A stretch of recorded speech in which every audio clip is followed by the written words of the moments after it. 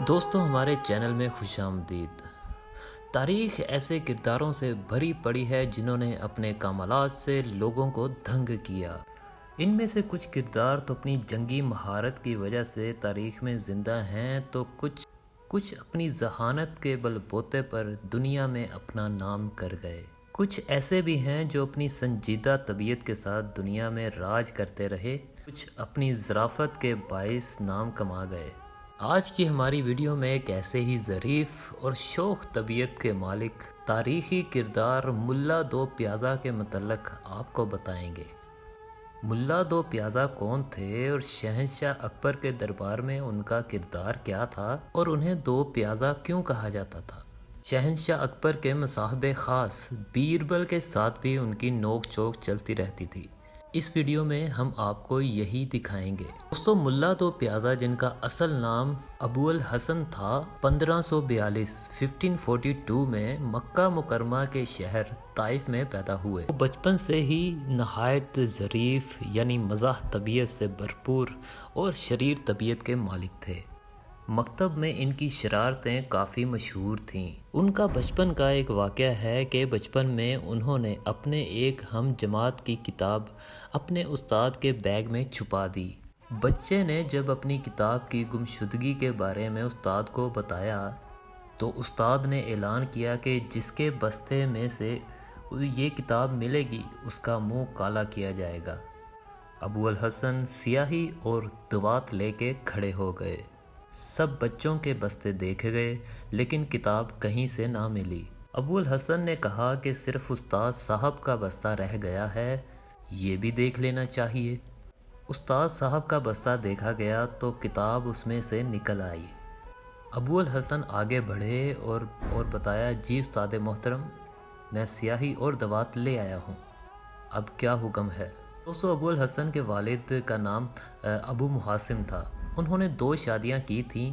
دوسری شادی زیادہ دیر چل نہ سکی اور ایک دن اپنی بیوی سے وہ لڑ پڑے، گھر چھوڑ کر کہیں دوسری جگہ چلے گئے۔ اس دن ابو حسن جنہیں باپ سے بہت پیار تھا، باپ کی جدائی برداشت نہ کر سکے اور تیسرے دن ہی باپ کو ڈھونڈنے نکل پڑے۔ ڈھونڈتے ڈھونڈتے انہیں ایک ایران جانے والا قافلہ ملا، وہ ان کے ساتھ ہو لیے اور ایران چلے آئے۔ دوستو ان دنوں شیر شاہ سوری سے شکست کے بعد مغل بادشاہ ہمایوں بھی ایران میں موجود تھے۔ ہمایوں کے ایک مصاحب خاص مرزا بخش اللہ خان کی ملاقات اس کم عمر بچے ابو الحسن سے ہوئی اور وہ ان کی شوخ طبیعت کے گرویدہ ہو گئے۔ کچھ عرصے بعد جب ہمایوں ہندوستان واپس پہنچے، ابو الحسن بھی اس قافلے کے ساتھ ہندوستان چلے آئے۔ ابو الحسن چونکہ عربی تھے اس لیے ان کی تلاوت بہت ہی اچھی تھی، سو ان کو دہلی کی ایک مسجد میں امامت کا موقع مل گیا۔ دوستو ہندوستان آ کر ابو الحسن جلد ہی محفلوں اور تقریبات میں بلائے جانے لگے۔ فانا طبیعت اور شوخ و چنچل باتوں کی بدولت کافی مشہور ہو گئے۔ ایک دن شہنشاہ کے مصاحب ابو الفضل فیضی نے انہیں دعوت پر بلایا۔ وہاں ہندوستان کی ایک مشہور ڈش 2 پیازا تیار کروائی گئی۔ انہیں یہ ڈش اتنی پسند آئی، انہوں نے اعلان کر دیا کہ آئندہ وہ صرف ایسی دعوت میں شمور ہوں گے جہاں یہ ڈش 2 پیازا موجود ہوگی۔ ان کی یہی عادت کو دیکھتے ہوئے لوگوں نے ان کا نام 2 پیازا رکھ دیا۔ دوستو ملا دو پیازا کے دلچسپ لطائف اور باتیں جلد ہی دلی میں مشہور ہو گئیں اور ان کی باتیں شاہی دربار تک پہنچنے لگیں، اور ایک دن ان کی قسمت کا ستارہ ایسے چمکا کہ شہنشاہ اکبر نے انہیں دربار میں بلا لیا۔ شروع میں انہیں ایک عام سا عہدہ دیا گیا لیکن جلد ہی اکبر کے مصاحب خاص میں شامل ہونے لگے اور مرتے دم تک اس عہدے پر فائز رہے۔ ایک دن شہنشاہ اکبر نے ملا دو پیازا سے پوچھا کہ کوئی ایسا کام بتاؤ جس سے نیکی میں بدی ہو جائے۔ ملا نے کچھ دیر سوچا اور بعد میں بولا کہ مجھے کچھ بھوک لگی ہے، پہلے مجھے کچھ کھانا کھلاؤ۔ شہنشاہ نے فوراً کھانے کا حکم دے دیا۔ کھانا آیا تو ملا وہ کھانا لیے گھر کو روانہ ہونے کو تیار ہو گئے۔ شہنشاہ نے کہا، گھر نہیں جانا بلکہ یہیں کھانا کھا کر ہمارے سوال کا جواب دو۔ لاچار ملا نے وہیں بیٹھ کر کھانا کھایا اور پھر گھر جانے لگے۔ شہنشاہ نے پھر کہا، کھانا کھا لیا ہے، اب ہمارے سوال کا جواب دو۔ ملا نے فوراً عرض کیا، मैं जवाब दे चुका हूँ। शहंशाह ने कहा, हमें तो कोई जवाब सुनाई नहीं दिया। मुल्ला ने जवाब दिया, आपने मुझे खाना खिलाकर नेकी की और खाना मुझे अपने साथ ले जाने से मना करके बदी की। यही नेकी में बदी होती है। सुनकर बादशाह नहायत शर्मिंदा हो गए। दोस्तों, एक और मशहूर लतीफ़ा है कि मुल्ला दो प्याज़ा की शोहरत का सुनकर एक ईरानी आलिम दिल्ली तशरीफ़ ले आए और दोनों की जहानत का मुकाबला तय पा गया। इस मुकाबले में दोनों फरीकैन ने इशारों में बातें करनी थी। ईरानी आलिम ने पहल की और एक उंगली उठाई, जिसके मुकाबले में मुल्ला ने 2 उंगलियां उठाईं। आलिम ने हथेली आगे की तो मुल्ला ने मुक्का बनाकर आगे कर दिया। आलिम ने एक अंडा आगे किया तो मुल्ला दो प्याज़ा ने प्याज निकाल के आगे रख दिया। ये सब देखकर ईरानी बहुत मुतासर हुआ और हार मान ली।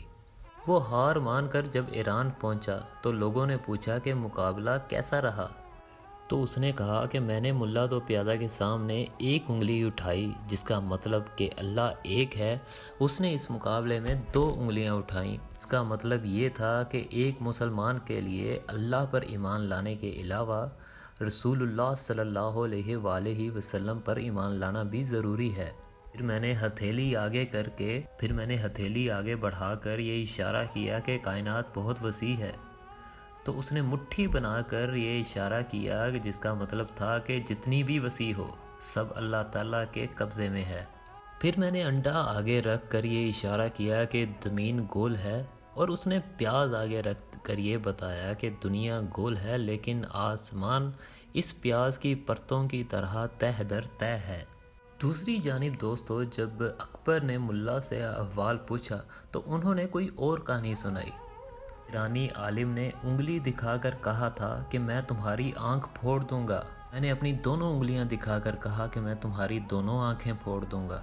फिर उसने हथेली दिखाकर कहा कि मैं तुम्हें थप्पड़ मारूंगा, और मैंने फिर उसके मुकाबले में मुक्का बनाकर दिखाया कि मैं तुम्हें मुक्का मारूंगा।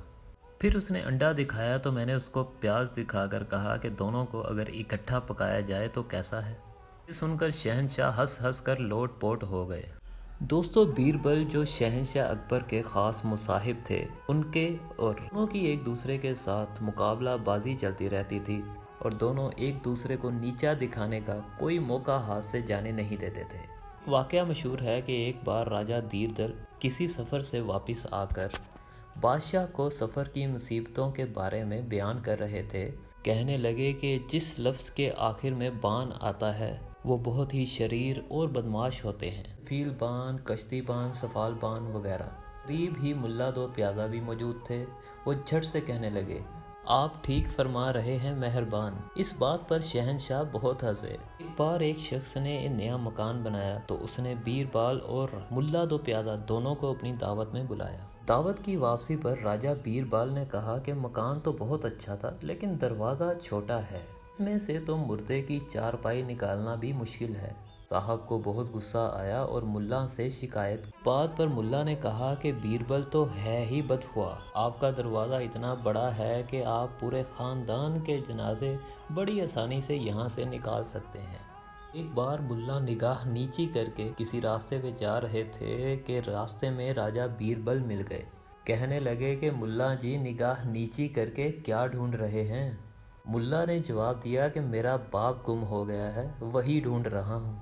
राजा बीरबल ने शरारत से कहा कि अगर मैं ढूंढ दूँ तो क्या दोगे? मुल्ला ने फौरन जवाब दिया कि अगर तुमने ढूंढ लिया तो मेरा बाप आज से तुम्हारा। एक और लतीफ़ा मशहूर है कि एक दिन मुल्ला से शहंशाह ने कहा कि कोई ऐसी शरारत करो जो पहले किसी ने कभी ना की हो। इस बात पर मुल्ला ने शहंशाह से 2 दिन मांगे, लेकिन 2 दिन बाद वो कोई शरारत ना कर सके। शहंशाह ने नाराज़ होकर उन्हें शहर बदर कर दिया। मुल्ला एक शहर में पहुँचे, दाढ़ी मूंछ मंडाई और वहाँ पर एक टीले पे सफ़ेद सूट पहनकर बैठ गए। लोगों ने उन्हें इस हालत में देखा तो अल्लाह की एक पहुँची हुई हस्ती समझे और उनका जिक्र शहंशाह से किया। शहंशाह उनके पास हाज़िर हुए तो मुल्ला ने कहा कि मैं एक फ़रिश्ता हूँ और आपको जन्नत का लिबास ज़ेबे तन करवाना चाहता हूँ, लेकिन ये लिबास की एक ख़ास बात है कि ये किसी बद किरदार को नज़र नहीं आता।